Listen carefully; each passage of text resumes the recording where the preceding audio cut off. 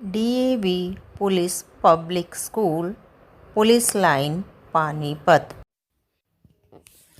आज हम कक्षा 12वीं की पाठ्य पुस्तक वितान भाग 2 का पाठ 1 सिल्वर वेडिंग का अध्ययन करेंगे, जिसके रचनाकार मनोहर श्याम जोशी जी हैं। पाठ का अध्ययन करने से पूर्व मैं आपको जोशी जी के बारे में कुछ दिलचस्प बातें बता देना चाहती हूँ। क्या आपने बुनियाद, मुंगेरी लाल के हसीन सपने, हम लोग, हमराही, जमीन और आसमान और गाथा आदि टीवी सीरियलों का नाम सुना है? हाँ, तो इन सभी विख्यात धारावाहिकों की पटकथा के लेखक मनोहर श्याम जोशी जी ही थे। उन्होंने फिल्मों के लिए भी पटकथा लेखन तैयार किया है। हे राम, पापा कहते हैं, अप्पू राजा और भ्रष्टाचार उनकी लिखी हुई फिल्में हैं। यह विख्यात कहानीकार मनोहर श्याम जोशी जी की एक लंबी कहानी है। आधुनिकता की ओर बढ़ने वाला यह समाज एक तरफ तो अनेक नई उपलब्धियों को ग्रहण करता जा रहा है, परंतु दूसरी तरफ यह हाल है कि मनुष्यता के मूल्यों में चिंतनीय गिरावट आ रही है। इसी ताने बाने में यह कहानी बुनी गई है। इस कहानी में सेक्शन ऑफिसर वीडी अर्थात यशोधर पंत जी के चरित्र चित्रण के माध्यम से आधुनिक पारिवारिक स्थितियों को प्रस्तुत करने का सफल प्रयास किया गया है। जैसा कि नाम से ही स्पष्ट होता है कि इसमें यशोधर पंत, जो कि इस कहानी के मुख्य पात्र हैं, और उन्हीं के चारों ओर अर्थात इर्द गिर्द यह कहानी घूमती है, उनकी 25वीं सालगिरह की बात की गई है। अब बात करते हैं हम कहानी के मुख्य पात्र के परिवार की, जिसमें स्वयं यशोधर पंत जी। यशोधर पंत बहुत ही गंभीर, काम के प्रति ईमानदार और मिलनसार व्यक्ति हैं। यह बात उनके चरित्र की इस बात से पता चलती है कि जब कई बार ऑफिस में छोटे कर्मचारी द्वारा की गई गलत बात को भी वे हंसी में उड़ा देते हैं।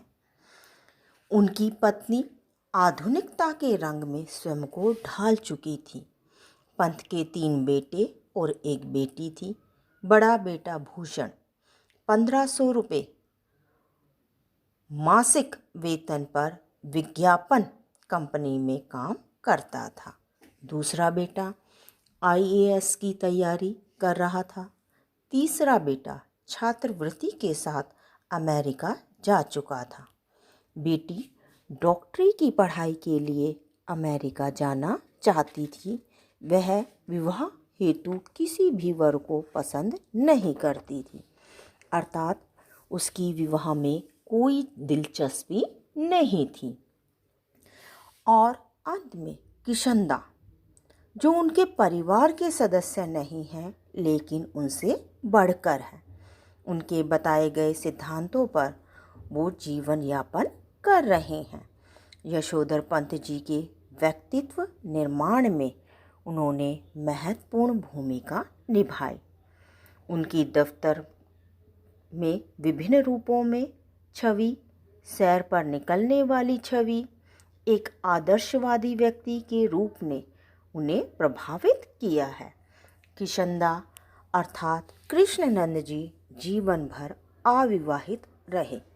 किशनदा के स्वभाव की विशेषताएं: सरल हृदय, सादगी पसंद, धार्मिक विचारों वाले, सहयोगी, परोपकारी, सामाजिक व्यवहार को निभाने वाले, सिद्धांतवादी, आदर्शवादी, मार्गदर्शक, अनुभवी व्यक्ति, अपनी संस्कृति से प्रेम करने वाले,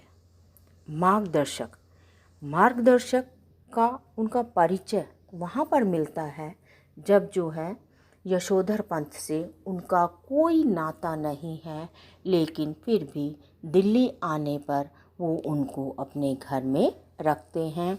और जब उनकी उम्र जो है नौकरी की हो जाती है तो अपने ही ऑफिस में अपने नीचे काम करने के लिए रख लेते हैं। जो हुआ होगा और समहाउ इम्प्रॉपर, ये जुमले ही कहानी का असली मर्म है, बीज उपवाक्य हैं।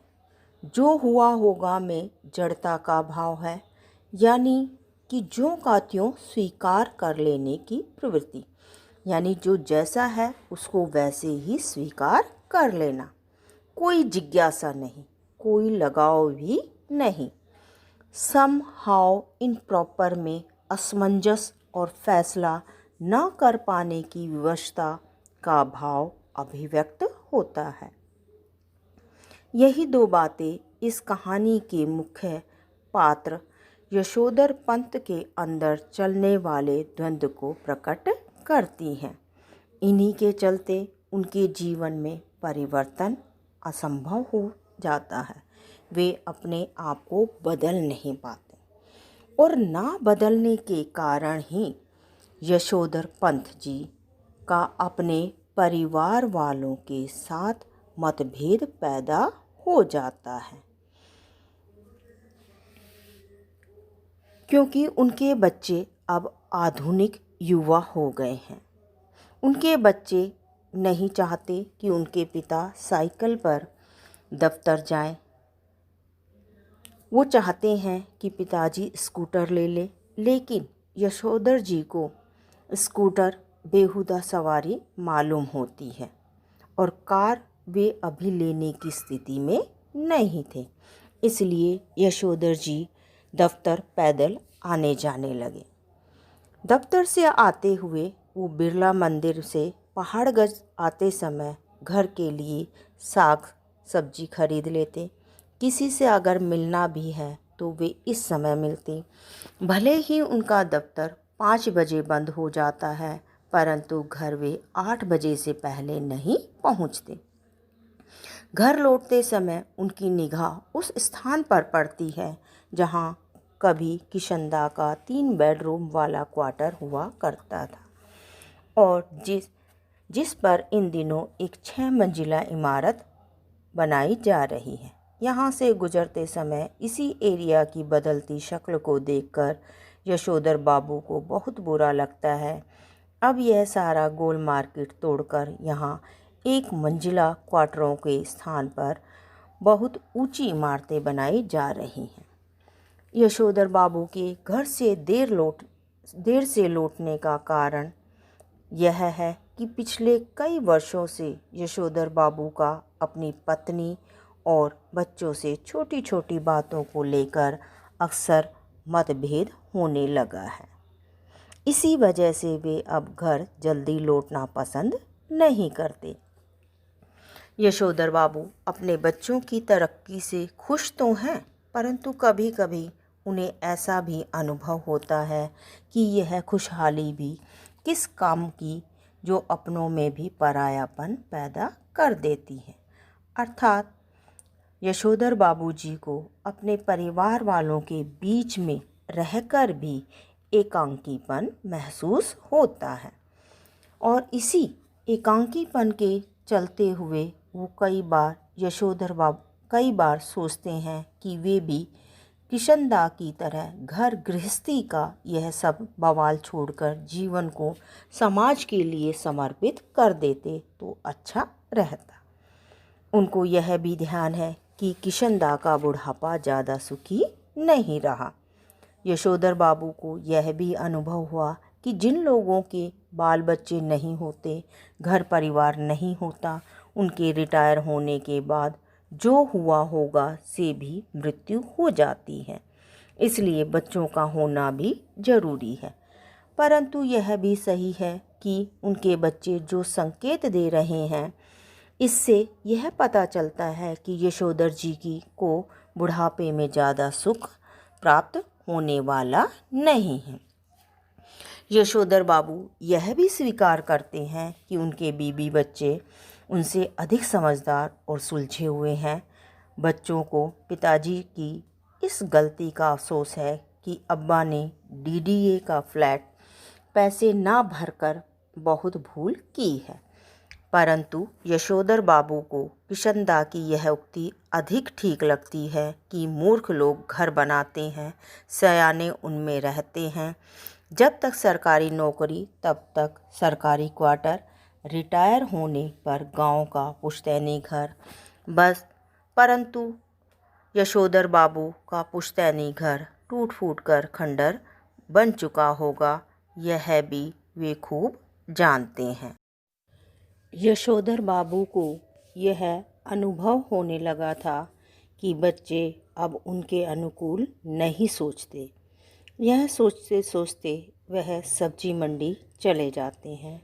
वे सोचते जा रहे थे कि उन्हें भी अच्छा लगता अगर उनके बेटे बड़े होने पर अपनी ओर से यह प्रस्ताव रखते कि दूध लाना, राशन लाना, CGSS डिस्पेंसरी से दवा लाना, सदर बाज़ार जाकर दालें लाना, डिपो से कोयला लाना आदि ये सब काम आप छोड़ दें, अब हम कर दिया करेंगे। एक दो बार उन्होंने बच्चों से कहा भी तो घर में कुहराम मच गया। बस तब से यशोधर बाबू ने यह सब कहना बंद कर दिया था। जब से बेटा विज्ञापन कंपनी में लगा है तब से बच्चे कहने लगे हैं, अब्बा हमारी समझ में यह नहीं आता कि इन सब कामों के लिए आप एक नौकर क्यों नहीं रख लेते। कमाऊं बेटा तो नमक छिड़कते भी यह कहता है, नौकर की तनख्वाह मैं दे दूंगा। यशोधर बाबू को अपने बेटे की यह बात चुभती है कि उसने अपनी नौकरी के रुपए कभी अपने पिता के हाथ पर नहीं रखे, बल्कि अकाउंट ट्रांसफ़र द्वारा सीधा बैंक में चले जाते हैं। घर पहुंचते ही यशोधर बाबू को एक बार तो लगा कि वह किसी गलत जगह पर पहुंच गए हैं। घर के बाहर एक कार और कुछ स्कूटर, मोटरसाइकिलें खड़ी हैं। फिर उन्हें अपना बेटा भूषण पहचान में आया, जो अपने बॉस को विदा कर रहा था।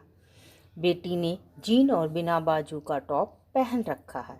यह पाश्चात्य वेशभूषा उनको कतई पसंद नहीं है और इसलिए वो कई बार अपनी बेटी को टोक भी चुके हैं, लेकिन बेटी जिद्दी है और बात को नहीं मानती और साथ ही माँ भी उसका साथ देती है। सिल्वर वेडिंग के दिन देर से घर आने पर बड़ा बेटा भूषण यशोधर बाबू को झिड़क देता है, लेकिन शर्मीली हंसी के साथ यशोधर बाबू बोले, हम लोगों के यहाँ सिल्वर वेडिंग कब से होने लगी है। तभी किसी रिश्तेदार ने कहा, जब से तुम्हारा बेटा कमाने लगा है। जब भूषण अपने मित्रों को यशोधर बाबू का परिचय करवाता है तो वे सभी उन्हें सिल्वर वेडिंग एनिवर्सरी के लिए बधाई देते हैं। यशोधर बाबू थैंक यू बोलते हैं। अब बच्चों की विलायती परंपरा केक काटने के लिए वो कहते हैं। यशोधर बाबू को केक काटना अच्छा नहीं लगता और वे बहाना बनाते हैं कि संध्या से पहले मैं केक नहीं काटूंगा। ऐसा कहकर वे अपने कमरे में चले जाते हैं। रोज़ शाम को 15 मिनट में वे संध्या कर लेते थे, परंतु आज 25 मिनट लगा दिए। संध्या में बैठे बैठे वे किशनदा के संस्कारों के बारे में सोचने लगे और थोड़ी देर बाद बैठक में चले आए तो उस समय बात उपहारों के पैकेट खोलने की चली तो भूषण सबसे बड़ा पैकेट खोलते हुए बोला, इसे ले लीजिए, यह मैं आपके लिए लाया हूँ, ऊनी ड्रेसिंग गाउन है। इस ड्रेसिंग गाउन्स में यशोधर बाबू के अंगों में किशनदा उतर आए थे, जिनकी मौत जो हुआ होगा से हो गई थी। आशा करती हूँ कि बच्चों इस वीडियो के माध्यम से आप पाठ भली भांति समझ गए होंगे। धन्यवाद।